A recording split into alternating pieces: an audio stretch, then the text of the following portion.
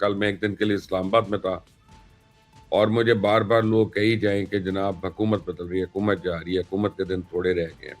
اور میرا ایک ہی سوال تھا کہ کون بدلے گا، ان کی جگہ پہ کون آئے گا؟ انہوں نے کہا کہ جی وزیر اعظم جو ہیں وہ محسن نقوی ہو جائیں گے۔ تو میں نے کہا محسن نقوی کو وزیر اعظم بنانے کا فائدہ کیا ہوگا، اور جو بنائے گا اس کو کیا فائدہ ہے؟ ایسی کون سی چیز ہے جو شہباز شریف صاحب میں کمی ہے، یا آپ کو لگتا ہے کہ یہ ان کا کوئی آپس میں ایک پیج پہ نہیں ہے یا کوئی متضاد جا رہے ہیں؟ وہ کون سا کام ہے جو محسن نقوی نے کرنا ہے اور وہ شہباز شریف نہیں کر رہے؟ کیا امریکہ نے کو کام کرانا ہے، کیا چائنا نے کرانا ہے، کیا سعودی عربیہ نے کرانا ہے؟ تو I mean what is Shahbaz said no to? تو وہ کسی کے پاس جواب نہیں ہے۔ پھر وہ کہتے ہیں کہ جی فیلڈ مارشل آصف منیر جو ہے نا وہ صدر بننا چاہتے ہیں۔ بھئی کیوں بننا چاہتے ہیں؟ صدر بننے کا ان کو کیا فائدہ ہوگا؟ جو اس وقت وہ سٹیٹس انجوائے کر رہے ہیں ایز دا فیلڈ مارشل، اور جس طرح ان کو امیونٹی وغیرہ مل گئی ہے، ان کو کیا ضرورت ہے کہ کہیں اور جا کر کسی اور عہدے کو لے کر وہ سارے لوگوں کا رخ جو ہے وہ اپنی طرف کروا لیں؟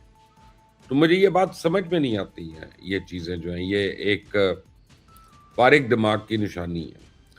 لیکن جو مجھے سمجھ آتا ہے وہ یہ آتا ہے کہ وفاقی حکومت میں تبدیلیاں متوقع ہیں اور صوبائی حکومت میں بھی تبدیلیاں متوقع ہیں۔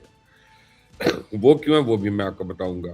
اور سندھ کی حکومت میں لوگ شروع ہو گئے ہیں وہاں پہ، لیکن وہ پہلے ہمیشہ کانسپریسیز کرتے ہیں، وہاں پہ ہمیشہ پہلے وہ محلاتی سازشیں ہوتی ہیں سندھ کے اندر۔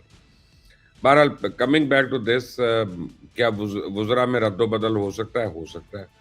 کیا محسن نقوی فارن منسٹر بن سکتے ہیں؟ بن سکتے ہیں۔ کیا اسحاق ڈار صاحب فائنانس منسٹر بن سکتے ہیں؟ بن سکتے ہیں۔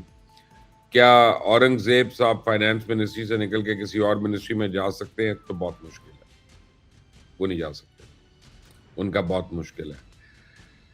فائنانس منسٹری کو یا سی بی آر کو وزیر اعظم جو مرضی کہیں، وہ ایک فیس سیونگ ہے، but they have not been able to perform and they've let down many departments very seriously۔ سب سے بڑی بات تو یہ کہ they've let down the government۔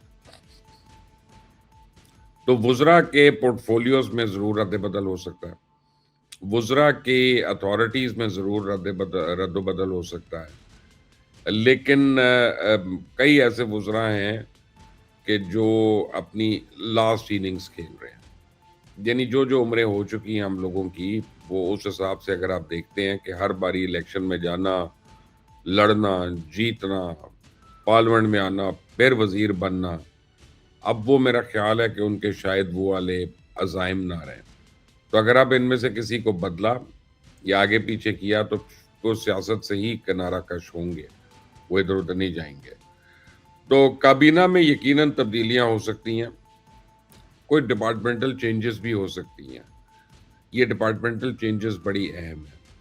جیسے آپ دیکھیں کہ ہمارے ملک میں وزیر تو نظروں میں ہوتا ہے، لیکن ڈپارٹمنٹ کا ہیڈ جو ہے وہ نظروں سے اوجھل ہی ہوتا ہے، انلیس اینڈ انٹل وہ کسی ایسے ڈپارٹمنٹ کو جو پبلک کی پلس کے اوپر جس کا ہاتھ ہے، جیسے پی سی بی ہے، جیسے ہاکی فیڈریشن ہے، جیسے اولمپک ایسوسی ایشن ہے، پھر تو چلیں ٹھیک ہے۔ لیکن فرض کریں پاسکو ہے اور یوٹیلیٹی سٹورز ہیں یا ایسی جو چیزیں ہیں، یہ لوگوں کی نظروں سے اوجھل ہیں، اور وہ زیادہ تر لوگ اس کے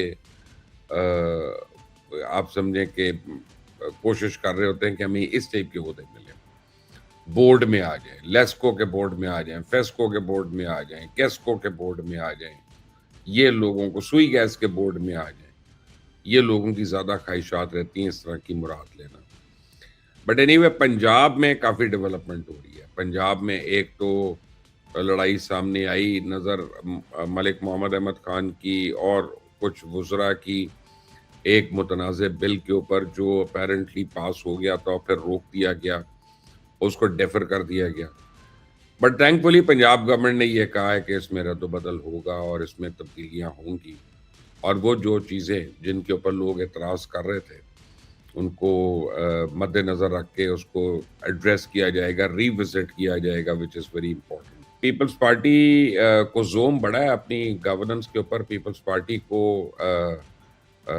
سب کچھ یعنی ہر وقت ان کا پرچار بڑا ہے، اشتہار بازی بہت ہے، لیکن ایکچولی کام کوئی نہیں ہے۔ اور آپ کراچی اور حیدرآباد جو ہیں، ان سے بڑا ٹیسٹ کیس کوئی ہو نہیں سکتا۔ جو وہاں کے رہنے والے ہیں وہ عذاب میں مبتلا ہیں، جو وہاں جانے والے ہیں وہ مزید عذاب میں مبتلا ہو جاتے ہیں۔ اور محلاتی سازشیں جو ہیں وہاں پہ ہوتی ہیں، لیکن کم ہوتی ہیں۔ کم اس لیے ہوتی ہیں کیونکہ وہ کہتے ہیں کہ ہر آدمی وہاں پہ انجوائے کر رہا ہے، ہر آدمی کے مزے ہیں، کوئی ایسا رہ ہی نہیں گیا۔ دیکھیں نا، کرپشن تو آج کے زمانے میں وہ ہے نا کہ جیسے میرا حصہ بھی ہو۔ اگر میرا حصہ نہیں ہے تو پھر وہ کرپشن ہے، اور اگر میرا حصہ ہے تو پھر وہ جائز ہے۔ تو یہ وہاں پہ ہر ایک کو جائز اس کا سننے کے حق مل رہا ہے۔ اور سننے میں یہ بھی آیا کہ جو محلاتی سازشیں ہیں وہ اس لیے دم توڑ دیتی ہیں کہ آصف زرداری صاحب سے بڑے لوگوں کو ڈر لگتا ہے، ان کو ڈر لگتا ہے۔ ان کو پرائیویٹ حلقوں میں لوگ ان کو بادشاہ کہتے ہیں، لوگ ان کو پریزیڈنٹ نہیں کہتے، صدر نہیں کہتے۔ جو ان کے پرائیویٹ دوست وغیرہ ہیں قریبی، وہ ان کو بادشاہ کہتے ہیں بادشاہ دا موڈ خراب ہو گیا تو بادشاہ کٹے گا پھر، and there is know way out. اور پھر سب کو پتا ہے کہ بادشاہ ایک باری اگر موڈ آف ہو جائے، لیکن اس وقت مراد علی شاہ صاحب کو بھی یہ پتا چل رہا ہے، اور مراد علی شاہ صاحب جو ہیں وہ سروائیو کر رہے ہیں within the Peoples Party ایک ٹگ آف وار کے اوپر۔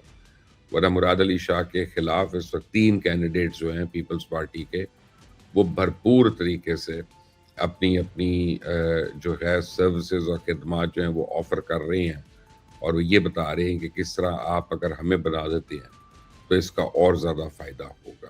بٹ یہ ایک ڈیولپنگ سٹوری ہے، اس کے اوپر میں کوئی دن میں دوبارہ آؤں گا۔ اسٹے ٹیون، اس چینل کو سبسکرائب کریں، بیل آئیکن کو پریس کریں۔ انٹل دی نیکسٹ ٹائم، اللہ حافظ۔